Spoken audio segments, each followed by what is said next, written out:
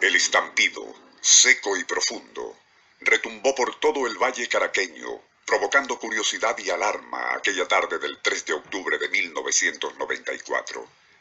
Muchos pensaron, habría volado algún polvorín. Otros, que se trataba del tradicional cordonazo de San Francisco. Y aquella misma noche, noticieros radiales y televisivos asomaron distintas hipótesis. Explosión de una tubería de gas, caldera industrial o algún atentado.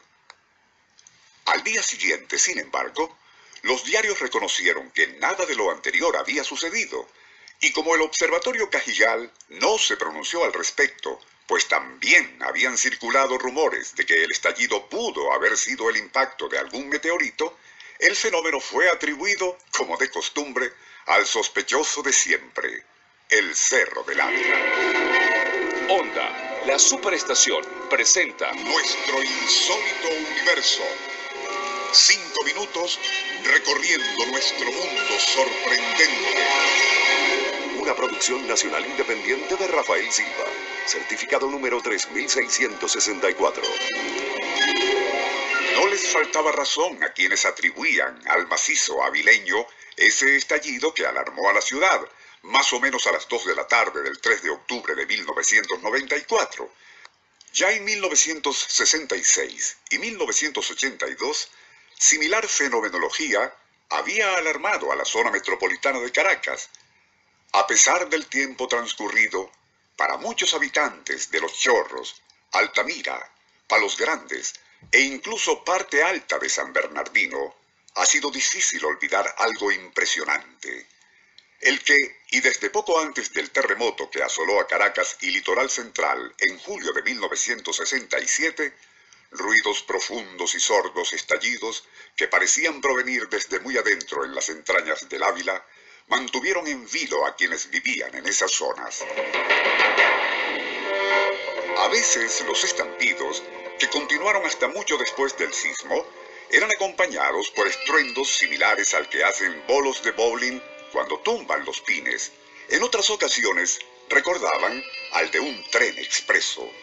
A mediados de 1968 y comenzando 1969, expertos que grabaron aquellos impresionantes bramidos subterráneos llegaron a la conclusión de que posiblemente se debían a reacomodos de estratos subterráneos aparentemente desplazados por la violencia del sismo.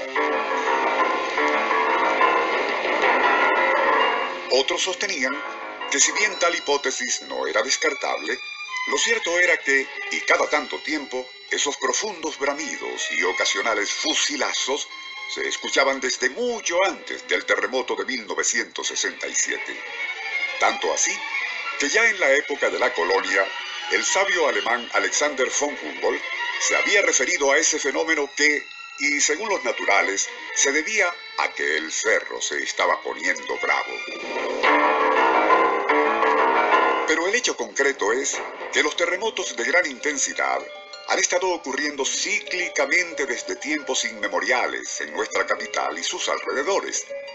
El primero, registrado históricamente, tuvo lugar el 11 de junio de 1641, exactamente 74 años después de haber sido fundada la ciudad de Caracas por Diego de Lozada. Según parece, y de acuerdo a estudios geológicos realizados por una comisión mixta designada por el Gobierno Nacional en 1968, las ondas sísmicas, y particularmente las del terremoto de 1967, con su energía destructora, actuaron directamente contra la montaña del Ávila, haciéndola estremecerse y reajustarse.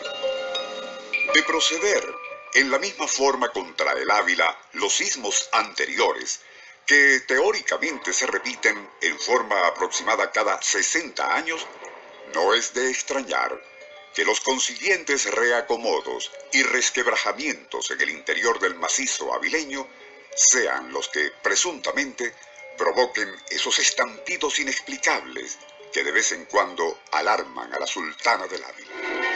Onda.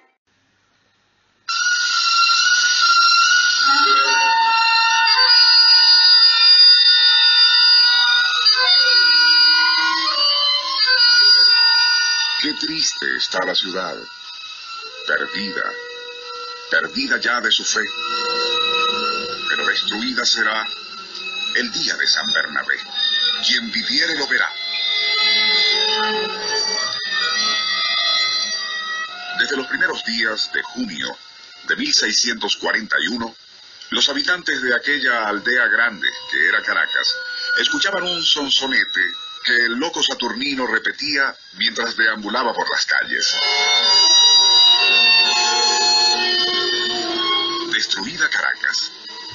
La gente, en su ir y venir, poca o ninguna atención prestaba al monótono estribillo, sin imaginar el horror que les esperaba el 11 de junio de 1641, día de San Bernabé.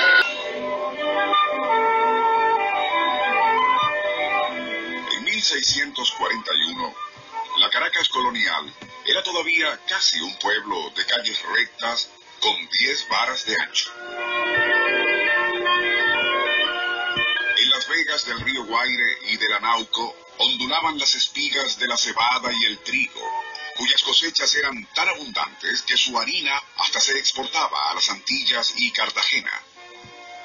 La vida, apacible y bucólica, se desenvolvía con la más serena quietud.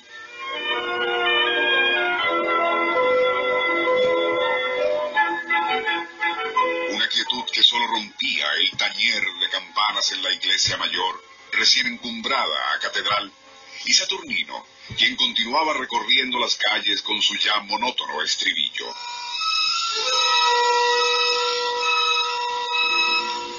Qué triste está la ciudad, perdida ya de su fe, pero destruida será el día de San Bernabé. Como Saturnino era tranquilo y no pedía limosnas, las autoridades civiles le ignoraban, y las eclesiásticas, a pesar de las invocaciones a San Bernabé, tampoco lo tomaban en cuenta. El día amaneció espléndido aquel 11 de junio, con un cielo azul e intenso calor.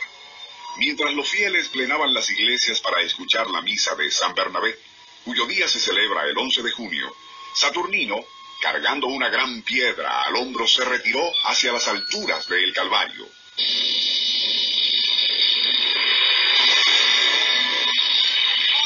Justo a las 8:30 a.m. de aquel 11 de junio de 1641, se escuchó un ruido atronador y la ciudad se vio sacudida por un violento terremoto.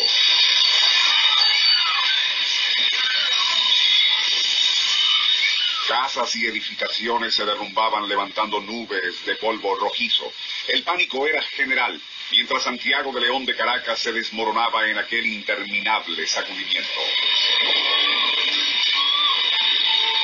Es posible que muchos recordaran entonces al agorero estribillo del loco Saturnino.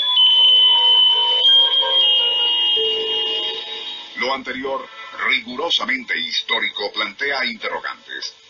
¿Cómo pudo tan humilde personaje saber de antemano y con tal precisión que la ciudad sería destruida? ¿Por qué buscó refugio en las alturas de El Calvario, uno de los pocos sitios en Caracas que no fue afectado por el terremoto? Los escépticos lo atribuirán a la mera coincidencia, como sin duda fue mera coincidencia que el 11 de junio de 1986, día de San Bernabé, y a las 10:55 minutos de la mañana, se sintiera en Caracas un temblor que, si bien fue leve, alarmó a muchísima gente. A otros nos recordó aquella lejana profecía de un loquito llamado Saturnino que decía así: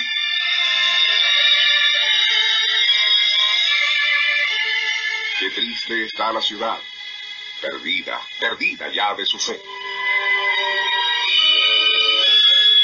Pero destruida será el día de San Bernabé. Onda.